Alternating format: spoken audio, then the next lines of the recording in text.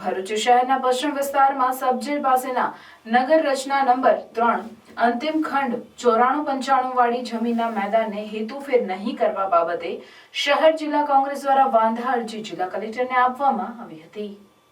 ભરૂચ શહેરના પશ્ચિમ વિસ્તારમાં સબજેલ પાસે રમતગમત માટે સરકારી માલિકીનું એકમાત્ર મેદાન છે, જેના પર જેલ પ્રશાસન દ્વારા દિવાલ ઊભી કરવાની કામગીરી હાથ ધરવામાં આવતા વિરુદ્ધ વંટોળ સર્જાયો છે।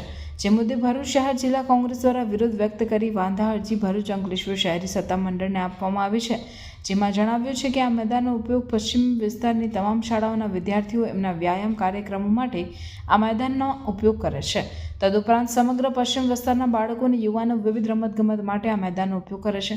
બાળકોના સર્વાંગી વિકાસ માટે વિવિધ રમતગમતોનું મહત્વ અનન્ય છે। જો આ મેદાન બાળકો અને યુવાઓ પાસેથી છીનવાઈ જાય તો ભરૂચ શહેરના પશ્ચિમ વિસ્તારના તમામ બાળકો અને યુવાઓ સાથે અન્યાય થશે તેવી રજૂઆત સાથે ભરૂચ શહેર કોંગ્રેસ દ્વારા જિલ્લા કોંગ્રેસ પ્રમુખ રાજેન્દ્રસિંહ રાણાની આગેવાનીમાં ભરૂચ અંકલેશ્વર શહેરી સત્તામંડળને આવેદનપત્ર પાઠવી વાંધો રજૂ કરવામાં આવ્યો હતો, જેમાં આ મુદ્દે આ વિસ્તારના લોકો હાઈકોર્ટમાં કેસ દાખલ કર્યો હોય ત્યારે તે અંગે સ્થાનિકો સાથે બેઠક યોજી મેદાન જાળવી રાખવાની માંગ કરી હતી।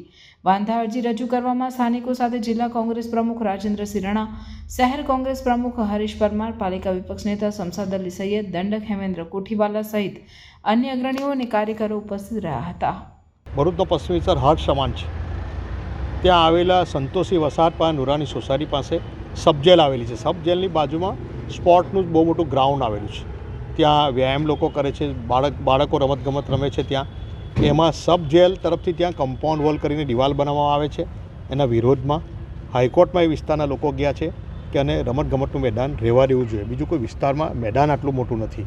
ત્યારે જે રહીશો છે ત્યાંના પશ્ચિમ વિસ્તારના એ આગેવાનો સાથે અમે ભેગા મળી હાઈકોર્ટમાં પેન્ડિંગ આ કેસ ચાલુ રહેલો છે, ત્યારે જે સ્ટે આવેલો છે હાઈકોર્ટમાંથી બહાર એની પર તેના અંદર અમે વાંધા અરજી આજે કલેક્ટર સાહેબને રજૂ કરી છે કે જ્યારે કોર્ટનું વેરિએશન આવે તો આ વિસ્તારના આગેવાનોને બોલાવીને સાંભળી અને જે તે નક્કી થાય એવું અમે વિનંતી કરેલી છે।